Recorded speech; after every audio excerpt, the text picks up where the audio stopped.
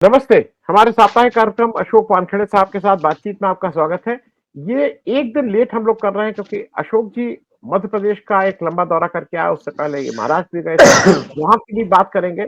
लेकिन अशोक भाई, जो सबसे बड़ी बात और मतलब मैं जब ये बात कहता हूँ तो ये दुःख की बात होती है, और ये एज़ अ जर्नलिस्ट छोड़ दिए, एज़ एन इंडियन, तो हमारे देश का प्रधानमंत्री क्या-क्या अनाप-शनाप बोल रहा है। मंगलसूत्र छीन लेंगे, मुसलमानों में बाँट देंगे।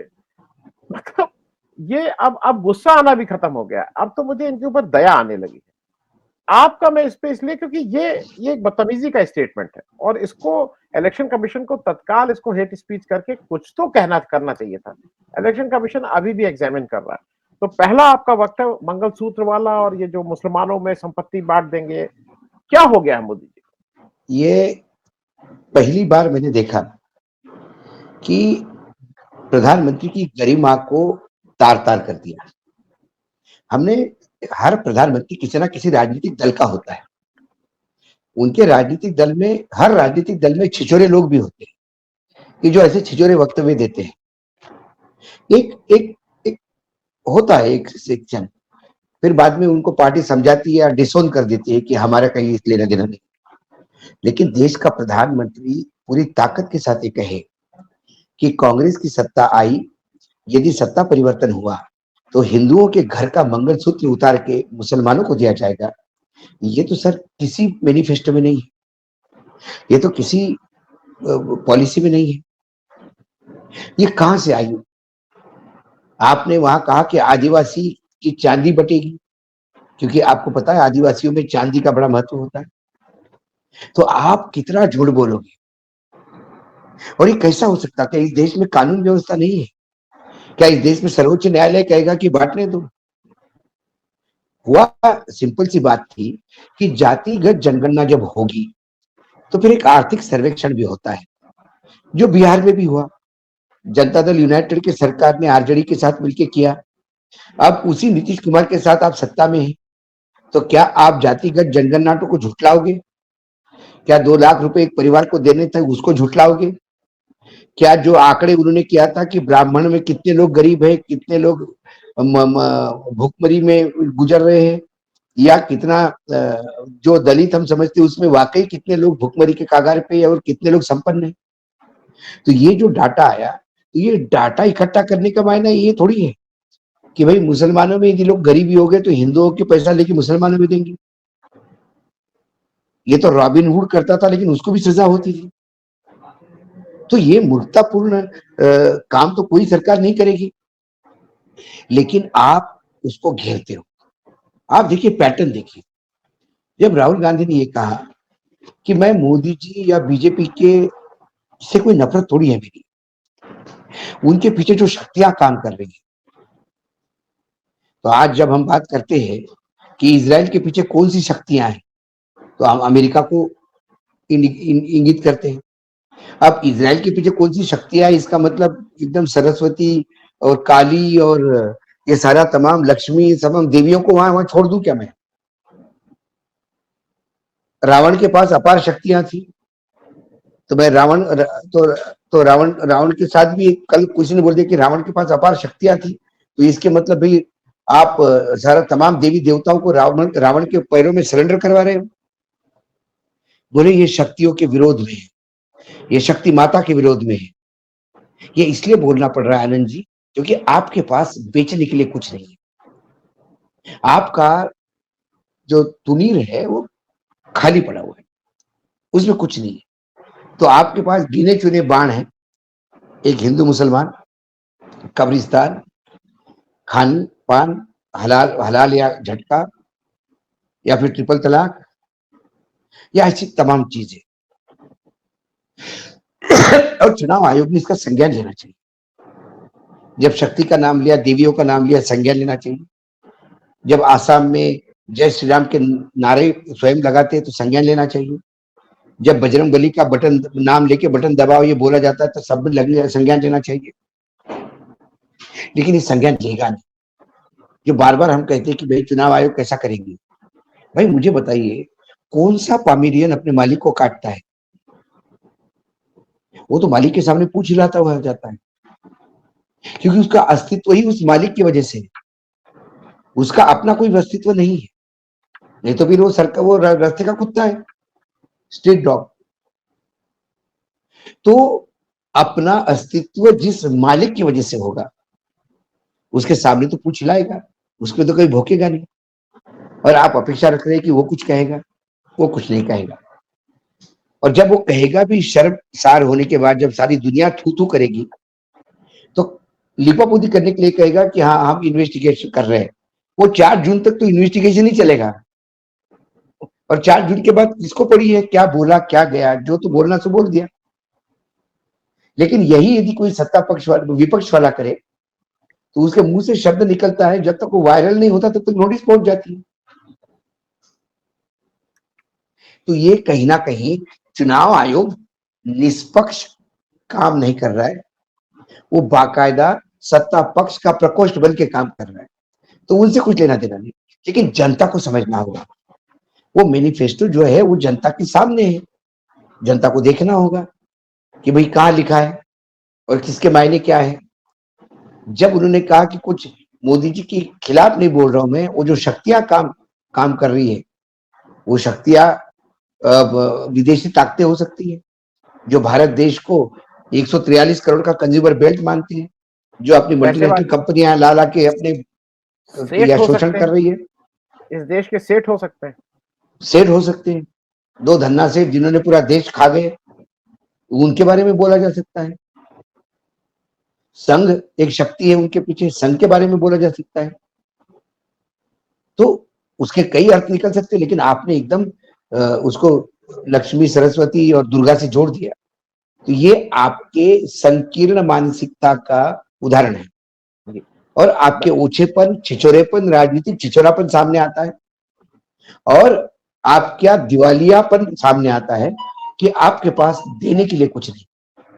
क्योंकि जो सपने आप देते हो, लोग पूछेंगे कि पुराने सपनों का क्या हुआ, 2014-2019 में जो बोला उसका क्या हुआ, जब उसका देने के लिए जवाब नहीं है।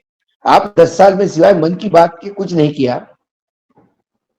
370 पे लोगों को मूर्ख बनाया, जीएसटी में मूर्ख बनाया, नोटबंदी में मूर्ख बनाया, चाइना कॉन्फ्लिक्ट पे मूर्ख बनाया कि हमने चाइना को धक्का दिया और चाइना ऐसा हो गया। चाइना से मार खा के बैठे हो आप। किस फ्रंट पे आप सक्सेस है बताइए आप मुझे, सिवाय झूठ बोलने के, और आपने कुछ नहीं किया। देश की आर्थिक स्थिति बहुत बुरी स्थिति में पहुंची, आंकड़ों के साथ आप खेलते हो। बेरोजगारी बढ़ने के बाद भी आप कम हो गई बताते हो। 25 करोड़ लोग गरीबी रेखा के ऊपर आ गए, और 81 करोड़ लोग 5 किलो अनाज नहीं दिया तो भूखे मरते हैं। क्या विसंगतियां इस देश में। और इस पे जब कोई सवाल पूछेगा तो फिर उत्तर नहीं, तो आपको उधर भटकने नहीं देते, तो एक नया डर दिखाते हैं, ये आए तो आपका सोना उठा के ले जाएगा। ये चुनाव खत्म होते होते ये नहीं बोल देंगे कि भैया जिस प्रदेश में महिलाएं कम है, अनुपात कम है पुरुष और स्त्री का, और जिस राज्य में ज्यादा है, वहां से स्त्रियां उठा उठा के उस प्रदेश में जबरदस्ती भेजी जाएगी, ये भी बोलने के लिए शर्म नहीं आएगी इनको। इस लेवल तक नीचे गिर सकते हैं जब मंगलसूत्र की बात करते हैं, क्योंकि मंगलसूत्र सीधा दिल से जुड़ता है। जब आप मंगलसूत्र की इतनी चिंता करते हो, तो कई महिलाओं ने मंगलसूत्र खोया है मणिपुर में, तब आपको शर्म नहीं आई।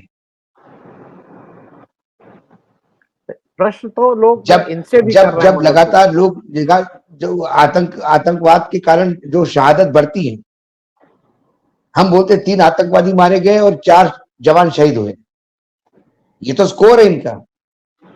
तो जो 4 शव पेटियां आती हैं गांव में, वो विधवा भी अपना मंगलसूत्र खोती है, उसके लिए कभी दो बूंद आप आंखों में से। 700 किसान मर गए, उनके घर में भी मंगलसूत्र उतरा होगा, लेकिन मेरे लिए मरे क्या, ये आपका जवाब है। तो एकाएक मंगलसूत्र के प्रति इतना प्रेम क्यों आया? ये आप जनता को भ्रमित और डराने के लिए, कांग्रेस आई तो क्या करे, कांग्रेस आई तो क्या करे। अशोक भाई, एक असल में क्या हो रहा है कि अब तो लोग इनसे भी मंगलसूत्र का जवाब मांगने लगे हैं। वो भी हो गया। लेकिन मैं एक और चीज आपसे, आपने एक संघ की बात कही तो मैं जरा उस पर आ जाऊं। हम लोग की आखिरी बातचीत हुई थी, उसके बाद पहले फेज की वोटिंग हुई। पहले फेज की वोटिंग में हिंदी हार्टलैंड में वोट का प्रतिशत बहुत कम रहा है। मेरे दो प्रश्न हैं। एक तो ये है, जो ये कहा जाता था इनका संगठन बहुत अच्छा, संगठन बहुत अच्छा और बहुत चाक चौबंद, वो संगठन कहाँ गया? क्यों नहीं वोट डलवा पाया? नंबर एक। नंबर दो, ये 19 तारीख की रात को पहली बार 2014 के बाद रात्रि विश्राम नागपुर में करते हैं, जब वोटिंग हो चुकी है नागपुर में। और जैसी रिपोर्ट आ रही है, वहां पे इनसे कोई न संघ का व्यक्ति मिला, इन्होंने बहुत कोशिश की, और न गडकरी साहब इनसे मिलने आए। ये एक बड़ी खबर है, क्योंकि इसको आप जितना भी दबाइए, ये बड़ी खबर है। मैं इस पे आपकी टिप्पणी चाहूंगा। उसके बाद मेरे पास पुख्ता कहीं से खबर है कि ये जब सुबह नांदेड़ में गए हैं 20 तारीख की सुबह, वहां कुर्सियां खाली थी, लोग इनको सुनने तक के लिए लोग नहीं तैयार थे। मैं इस पूरे उस पे महाराष्ट्र में जो हो रहा है और जो जिस तरह से इनको रिसीव किया जा रहा है, मैं उस पर भी एक आपकी टिप्पणी ली। देखिए, ये जो परसेंटेज कम हुआ है, देखिए बीजेपी के लिए तो संघ लग जाता है, घर घर से जाके लोगों को बाहर निकालते हैं, वोटिंग करवाते हैं। ये पैटर्न हमने देखा और हर चुनाव में देखा। तो पहले संघ के कहने से लोग कम आते थे, अब धीरे धीरे जब बीजेपी का हिंदुत्व छाने लगा तो लोग ज्यादा आने लगे, तो संघ के कार्यकर्ता भी डबल मेहनत करने लगे। क्या कहीं ना कहीं संघ की उदासीनता है क्या? क्योंकि संघ का मैनेजमेंट बहुत तगड़ा होता है। यदि इतना होने के बावजूद लोग नहीं निकले, तो फिर आप ये समझ लो, ये जो 200 पार भी नहीं जाएगा। यदि संघ पूर्ण रूप से अपने आप को झोंक दिया चुनाव में और उसके बाद परसेंटेज नहीं बढ़ रहा, इसका मतलब ये 200 भी नहीं पहुंचते। क्या संघ चुप बैठा है? संघ चालक के बीच में और प्रधानमंत्री के बीच में वार्तालाप कब हुई आखिरी? संघ चालक जी का भाषण राम जन्मभूमि पर जब राम की प्राण प्रतिष्ठा हुई उस समय का, उनने कोई दी हुई नसीहत क्या प्रधानमंत्री को नागवार गुजरी? क्या प्रधानमंत्री अपने आप को संघ से बड़े समझने लगे? क्या संघ में एक तरह से अनइजीनेस है प्रधानमंत्री को लेकर? यही कारण है कि नागपुर में मुलाकात नहीं हो पाई, जो मेरे सोर्सेस मुझे बताते हैं। क्योंकि इसके पहले संघ चालक जब भी दिल्ली आते हैं, प्रधानमंत्री कार्यालय को शायद सूचित किया जाता है कि संघ चालक है दिल्ली में, लेकिन कभी आदान प्रदान नहीं हुआ विचारों का डायरेक्ट। तो कुल मिला के आज भय्यू महाराज है नहीं, भय्यू महाराज की मृत्यु हो गई है, उन्हें सुसाइड कर लिया। लेकिन भय्यू महाराज से जब मैं मिला, क्योंकि उनके मेरे बहुत अच्छे संबंध, तो भय्यू महाराज ने मुझे कई बार बोला कि नरेंद्र मोदी जी को मैं लेके जाता था संघ कार्यालय में। वो इंदौर आते थे और इंदौर से मुझे लेके जाते थे और मैं उनको संघ चालक से मिलवाता था, क्योंकि संवाद की स्थिति ठीक नहीं थी। क्योंकि जब ये मुख्यमंत्री थे गुजरात में, तब भी संघ की गुजरात इकाई का और इनका कभी नहीं पटा। तो कुल मिला के वो असहजता जो है, वो धीरे धीरे वो खाई बड़ी हो गई। और आप आखिरी टाइम में चरण में जाके पढ़ो और कहो कि आप बचाओ, तो एक कारण बताया जाता है। और जहां कुर्सियां खाली है, तो हर हर जगह पे ये दिख रहा है। देखिए, मैं कल ही सतना था। अब हम जब मध्य प्रदेश की बात करते हैं तो लोग कहते हैं कि 2 सीटें तो बिल्कुल कंफर्म है, दिग्गी राजा की और कमलनाथ की। फिर धीरे से कहते हैं कि रतलाम झाबुआ भूरिया जी निकाल लेंगे, वो भी एक आती सीट है। फिर कोई कहता है मंदसौर में भी दिलीप गुज्जर बहुत टाइट फाइट कर रहा है, वो भी निकल सकती है, 4 सीटें हो गई। फिर कोई ग्वालियर धीरे से फंसी हुई कहता है, है, ग्वालियर कोई फंसी हुई है। कोई कहता है कि ग्वालियर और मुरैना ये 2 सीटें हैं, फिर 4 की 6 हो जाती है। मैं विंध्य में था कल, सतना में। सतना में कांग्रेस की सीट आ रही है सर। रीवा में टाइट फाइट में चली गई सीट, बीजेपी के लिए वहां लाले पड़ गए हैं जीतने के। और यदि और डीपली चले जाओ तो मुझे लगता है और 8-10 सीटें मिल जाएगी। तो मध्य प्रदेश में कोई यदि रिपोर्ट, ग्राउंड रिपोर्ट ठीक से ली जाए तो बीजेपी को गड्ढा वहां पे भी बड़ा है, राजस्थान में भी बड़ा है। तो ये बात हम लोगों को समझ में आती, उनको नहीं समझ में आती क्या? आज ही पता पड़ा है कि अमित शाह वहां गए हुए हैं, बनारस में कैंप लगा के बैठेंगे अभी, और वो पूरी रणनीति नई सिरे से कर रहे हैं। क्योंकि पहले फेज में और सेकंड फेज जब अब परसों होने जा रहा है, उसमें तो जो एक्सपेक्टेशन है उसको तो अब रोक नहीं सकते। जो डैमेज पहले में हुआ वो तो हो गया, सेकंड का डैमेज हाथ के बाहर है। ऐसे में बाकी बचे हुए फेजेस में, 5 फेज में हम कैसा रिवर्क कर सकते हैं? अशोक भाई, 89 में 55 सीट है बीजेपी के सेकंड फेज में। बिल्कुल। अब मैं बता रहा हूँ, महाराष्ट्र की जो सीटें आ रही हैं सेकंड फेज में, उसमें मुझे थोड़ा बहुत नांदेड़, हालांकि नांदेड़ में चेयर खाली थी, लेकिन नांदेड़ बीजेपी की सीट थी पिछली बार, और इस बार उसको जो टफ देने वाले थे अशोक चौहान, वो उधर चले गए। लेकिन अशोक चौहान जाने से कार्यकर्ता नहीं गया, क्योंकि अशोक चौहान भी बेमन से गए हैं, गन पॉइंट पे गए हैं। तो वहां पे लेकिन एक बीजेपी को चलो एक मानते हैं कि चलो एक सीट उनकी हो सकती है, एक परभणी की सीट हो सकती है। बाकी जितनी सीटें हैं, यदि मैं आपको बताऊं तो आश्चर्य, मतलब शॉकिंग है। बुल्डाना शिवसेना वर्सेस शिवसेना है, बुल्डाना जा रही है इनकी उद्धव ठाकरे के साथ, क्योंकि वहां एकनाथ शिंदे का कुछ नहीं है। फिर उसके बाद अकोला में उन्होंने उस सांसद, बीमार सांसद के बेटे को दिया जिसको कोई जानता नहीं, और कांग्रेस ने बहुत अच्छा उम्मीदवार दिया, वहां टफ में गई है। अमरावती नवनीत राणा हार रही है, क्योंकि उसी को एनडीए के गठबंधन उसको हरा रहे हैं। वर्धा में भी तड़स जा रहा है, क्योंकि उसके कमीशन के चार्जेस और उसके बाद जितने भी जो उनके बेटे के व्यभिचार के मामले सामने आए।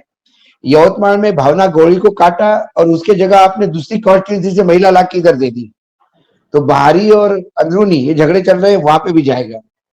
फिर एक हिंगोली है, हिंगोली में भी जो महायुति जिसको कहते हैं, जो एकनाथ शिंदे का जो उम्मीदवार था उसके खिलाफ बहुत लोग थे, वो भी सीट फंसी हुई है। और फिर नांदेड़ और परभणी है। मतलब ये जो अभी 1 3 4 5 7 8 सीट है, 8 सीट में से 2 सीट, 6 सीट में वो जा रहे हैं। यही हालत छत्तीसगढ़ में है। छत्तीसगढ़ में उनकी 2-3 सीटें हैं, एक राजगढ़ है। राजगढ़ में तो स्वयं भूपेश लड़ रहे हैं, और मैंने सुना कि पुराने दुखी मुख्यमंत्री, उन्होंने भी थोड़ी ताकत उनके पीछे दी है कि ये निकल के दिल्ली जाए तो दिल्ली में, मतलब यहाँ पे सुख शांति से सांस ले ले। महासमुंद में ताम्रकर साहू है कांग्रेस का, वो निकलता नजर आ रहा है, क्योंकि वहां साहू के करीब करीब 5 लाख वोट है। बीजेपी ने वहां पे जिस आगरिया ट्राइबल कास्ट से आदमी को उतारा, उसके 75,000 वोट भी नहीं। और उसके बाद कांकेर है, कांकेर में बीजेपी ने एक नॉन पॉलिटिकल आदमी को उतारा, जबकि सामने कांग्रेस ने रवि सिंह ठाकुर को उतारा है, जो गौड़ समाज से आता है, गौंड आदिवासी कास्ट है। और पिछले चुनाव में यही ठाकुर कुछ 4,500-5 हजार वोट से हारा था, वो कोई हार नहीं थी। और पड़याला का परिवार है ये, गौंड परिवार का होने के बाद भी 2-4 आईएएस है उसके परिवार में, आईपीएस आईएएस। वो सीट, मतलब ये तीनों सीटें जो छत्तीसगढ़ की सेकंड फेज में, वो तकलीफ में दिखाई देती है। ये बात हमको समझ में है, उनको नहीं आती ऐसा तो नहीं है। उनके पास इंटेलिजेंस की रिपोर्ट भी है। जो अधिकारी हमको ऑफ द रिकॉर्ड बताते हैं कि चेयर खाली पड़ी थी, वो ऑन द रिकॉर्ड उनको बताते हैं कि साहब ये फोटोग्राफ है, चेयर खाली पड़ी थी, हालत बहुत बुरी है, इसीलिए रिवर्क। लेकिन हुआ क्या आनंद जी, ये राजनीति है। जिस दिन राजनीति में अहंकार हावी हो जाता है, उस दिन जमीन छूट जाती है आपकी। आपको लगा कि मोदी जी के नाम पे आप किसी को भी चुनाव में खड़ा कर दो, वो जीत जाएगा, इसलिए अपने उम्मीदवार अपने मन के हिसाब से जैसा चाहे वैसा दे दी। और अब वो गले की हड्डी बन गया है, क्योंकि कोई भी राज्य की इकाई, गुजरात से लेके जो उनका गृह राज्य है, वहां से लेके आप कर्नाटक तक जाओ, हर बीजेपी का जहां वजूद है, वहां पे बीजेपी का लोकल यूनिट संघर्ष कर रहा है केंद्र से, और यही एक जगह है जहां विपक्ष एज ले रहा है। मैं अशोक भाई दो चीजें एक साथ पूछ ले रहा हूं। एक तो मुझे ऐसा लग रहा है कि जो कांग्रेस का स्टार प्रचारक, जिसने कांग्रेस के मैनिफेस्टो को सबसे ज्यादा प्रचारित किया, वो तो मोदी जी का नाम उस पर लिखा हुआ है, क्योंकि कांग्रेस का भी किसी उसने उतना प्रचारित नहीं किया जितना मोदी जी ने उसका प्रचार कर दिया। नंबर एक। नंबर दो, लेकिन कांग्रेस ने एज ए स्ट्रेटेजी कर रहा है जो भी। कांग्रेस की एक चीज मुझे ठीक लगी, कांग्रेस मुद्दे अपने नहीं छोड़ रहा है। वो कुछ कहता है कंगना रनौत, वो जवाब नहीं देता है। वो कुछ कहते हैं इंदिरा गांधी, रुद्राक्ष जवाब नहीं देते हैं। वो इधर उधर घुमाने के वो जवाब ही नहीं दे रहा है। वो अपना कह रहा है महंगाई बोलो, बेरोजगारी बोलो, जाति जनगणना बोलो। वो मुद्दे को पकड़ के बैठा, और शायद इससे मूड अब बदल रहा है। अब बीजेपी रिएक्ट कर रही है, कांग्रेस देखिए एक्ट कर रही है। आनंद जी, आज का एक भाषण है जेपी नड्डा का, हंसी आती है उस भाषण को देख के। उन्होंने कहा कि इमरजेंसी लगी, मिसा लागू हो गया, और उस मिसा के तहत लालू यादव अरेस्ट हुए। तो राजू यादव ने उसका निषेध करने के लिए अपने बेटी का नाम मिसा रखा। क्या राजनीतिक मजबूरी है लालू की कि अब उस इंदिरा गांधी के पोते के साथ मटन बना के खाते हैं? ये उन्होंने दुख व्यक्त किया। इन्हें शर्म नहीं आई कि इमरजेंसी में, आपातकाल में मीसा का दुरुपयोग या उपयोग जो भी है, वो सिर्फ लालू पे नहीं हुआ था, कई जनसंघ के और संघ के लोगों पे हुआ था। और इमरजेंसी के जो प्रमुख प्रखर होके चेहरा जो आए थे सामने, वो संजय गांधी थे। उस संजय गांधी के पत्नी और बेटे को आप गोद में बिठा के चलते हो, और लालू यादव को बोलते हो कि इंदिरा जी के पोते। तो क्या वरुण गांधी इंदिरा जी के पोते नहीं है? हालांकि वरुण का कोई लेना देना नहीं इमरजेंसी से, ना उनकी माता मेनका का। लेकिन पुराने इतिहास के मुर्दे आप निकाल रहे हो जमीन से बाहर, क्योंकि आपके हाथ में देने के लिए कुछ नहीं। आप कोई सुशासन का वादा नहीं कर सकते, क्योंकि आपने जो भी वादे किए वो चुनावी जुमले हो गए। लोग आपके वादों पे हंसते हैं, तो फिर आप इतिहास निकालते हैं। और जब आप इतिहास निकालकर लालू पे हंस रहे हैं कि लालू की क्या मजबूरी है, तो जेपी नड्डा जी आपकी क्या मजबूरी है, ये आप भी तो बताएं। कौन पूछने वाला नहीं है, क्योंकि इनको लगता है जनता मूर्ख है, और जनता भी सोचती है बोल ले बेटा, जितना झूठ बोलना है, जितना लफबाजी करनी है करो। ये लफबाजी का समय है। ये चुनाव के समय तो ये झूठों का ओलंपिक शुरू होना चाहिए कि कौन इस चुनाव में कितना ज्यादा झूठ बोला, और झूठ श्री झूठ रत्न ऐसे अवार्ड देने चाहिए हमारे नेताओं को। नहीं, नहीं, अशोक भाई, कुछ वेटरन होते हैं जिनको माना जाता है कि अब ये लोग पार्टिसिपेट नहीं करेंगे, उससे ऊपर निकल चुके होते हैं। तो ऐसे कुछ वेटरन भी है बीजेपी में, जिनको जो बियॉन्ड ओलंपिक भी है। अब वो अवार्ड। मैं एक चीज और जरा, एक एक बड़ा इशू अशोक भाई, मैं कम से कम यूपी में मैं महसूस कर रहा हूं, जितने लोगों से मिल रहा हूं, ये जो संविधान बदलने की बात कर रहे हैं, उससे दलित बहुत सशंकित है। और वो दलित वोट कहीं मूव कर रहा है, कितना मूव कर रहा है ये मुझे मैं बताना मुश्किल है, लेकिन वो नहीं दलित आज की वो तारीख में काफी सशंकित है। काफी, सिर्फ यूपी में नहीं, हर राज्य में। देखिए दो है इसमें आनंद जी। इन्होंने कहा कि मंगलसूत्र दिया जाएगा, उसका कोई इतिहास नहीं, उसका कोई सबूत नहीं, उसका कोई डॉक्यूमेंट नहीं, ये इनकी दिमाग की उपज है। लेकिन संविधान बदलेंगे ये जो डर है, इस डर के नींव जो है बहुत तगड़ी है। आपके आर्थिक सलाहकार समिति के अध्यक्ष जो इस देश की आर्थिक नीति कैसी होनी चाहिए, ये प्रधानमंत्री और कैबिनेट को बताने वाले और जिनके अनुशंसा पे नीतियां तय होती है, वो स्वयं इंसान विवेक दोबराय, वो स्वयं कहता है कि संविधान किसी काम का नहीं रहा, फिर से लिखना होगा, ये अमेंडमेंट होने से काम नहीं होगा। इसमें ये जो शब्द जो है सेक्युलर वगैरह और रिलीजन सेक्युलर, ये किसी से कोई मायने नहीं बचते, क्योंकि वो मानते हैं कि ये जो बाबा साहब की अध्यक्षता में ड्राफ्ट किया गया संविधान, जिसमें 2.5 साल लगे, जिसमें सैकड़ों कागज खराब हो गए, रमी कागज की खराब होगी, है ना, और उसके बाद लोगों ने घंटों, हजारों घंटों विचार विनिमय किया। विवेक दोबराय को जाके लाइब्रेरी में वो तमाम डिस्कशंस का रिकॉर्ड देखना चाहिए, जो एक एक शब्द के ऊपर घंटों चर्चाएं हुई है। यूं ही संविधान विश्व का बेहतरीन संविधान नहीं है, उन्होंने कॉलोनियल डॉक्यूमेंट कहा, और फिर कहते कि time to go back to the drawing board to rewrite the constitution. वो आदमी आज भी सत्ता पे बैठा हुआ है, पद पे बैठा हुआ है, इसका मतलब आपकी मुक्त सम्मति है। बाद में कहते उसके व्यक्तिगत विचार है। अरे किसी आदमी के इतने मूर्खतापूर्ण विचार हो जो इस देश के संविधान को ही नहीं मानता हो, वो निजी वक्तव्य वाला भी क्या करेगा। यानी कल कोई कहे कि मैं संघ और मोदी जी के व्यक्तिगत रूप से बहुत घृणा करता हूं, लेकिन एसपीजी में होने की वजह से उनको प्रोटेक्ट करता हूं, आप करोगे उसको? आप दोगे एसपीजी में जगह उसको? आप आपके सुरक्षा कर्मी किससे मिलते हैं, क्या करते हैं, उनकी विचारधारा क्या है, यहां तक ये होता है।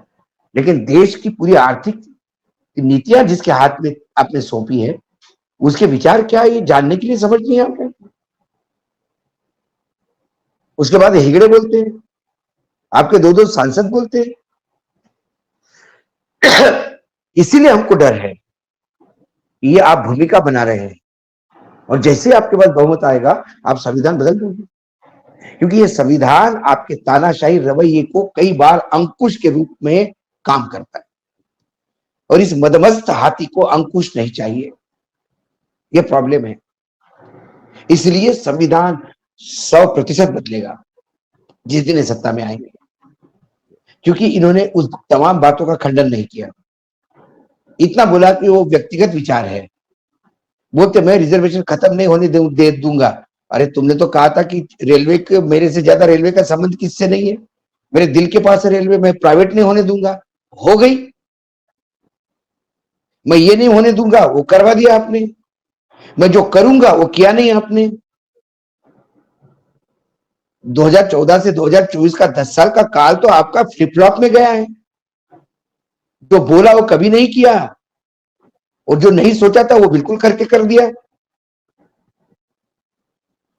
जी, संघ की शाखा से निकली हुई ये सरकार उद्योगपतियों के चरणों की दासी हो जाएगी, ये कभी किसी ने नहीं सोचा था, संघ ने भी नहीं सोचा था। संघ का भी एक अपना आर्थिक मॉडल है, लेकिन दो उद्योगपतियों को बढ़ाने का मॉडल वो भी नहीं है, मैं यकीनन कहता हूं। अशोक भाई, चलते चलते एक चीज और, क्योंकि वो मैं थोड़ा लाइटर नोट, मैं इसलिए इस बात को कह रहा हूं कि केजरीवाल साहब की बात इसलिए कर ले रहे हैं कि केजरीवाल साहब एक सांसद, एक लोकसभा सांसद 303 सांसदों की पार्टी को रोज घुमाए हुए हैं, रोज। मतलब ये तौबा तौबा कर रहे हैं। उसने इस्तीफा नहीं दिया, फिर उसको ये तंग करने के लिए उसको इंसुलिन नहीं देते हैं, तो वो इतना बड़ा डेमोन्स्ट्रेशन करता है कि कल हनुमान जी का एक उसने वो बनाया, सौरभ भारद्वाज हनुमान जी लेके चले जा रहे थे इंसुलिन। मतलब वो रोज तमाशा कर रहा है, और पूरे देश में मुझसे लोग कह रहे हैं भाई यार भाई ये तो ठीक नहीं है, अरे भाई आदमी बीमार है।